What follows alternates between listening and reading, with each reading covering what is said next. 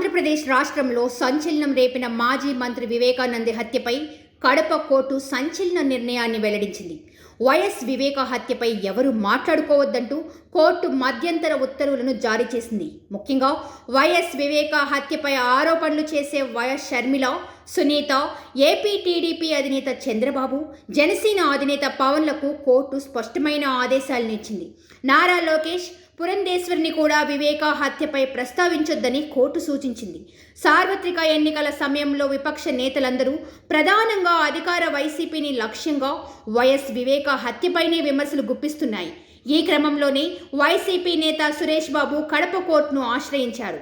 YS వివేక హత్యపై ప్రస్తావించకుండా ఉండేలా విపక్ష నేతలకు ఆదేశాలు ఇవ్వాలని ఆయన పిటిషన్లో కోర్టును అభ్యర్థించారు.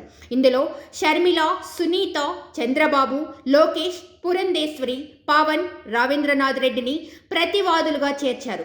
పిటిషనర్ తరపున న్యాయవాది నాగిరెడ్డి వాదనలు వినిపించారు. ఈ పిటిషన్పై విచారించిన కడప కోర్టు కీలక ఉత్తర్వులను జారీ చేసింది. వైఎస్ వివేక హత్యపై ఎవరూ ప్రస్తావించరాదని ఉత్తర్వులో స్పష్టం చేసింది.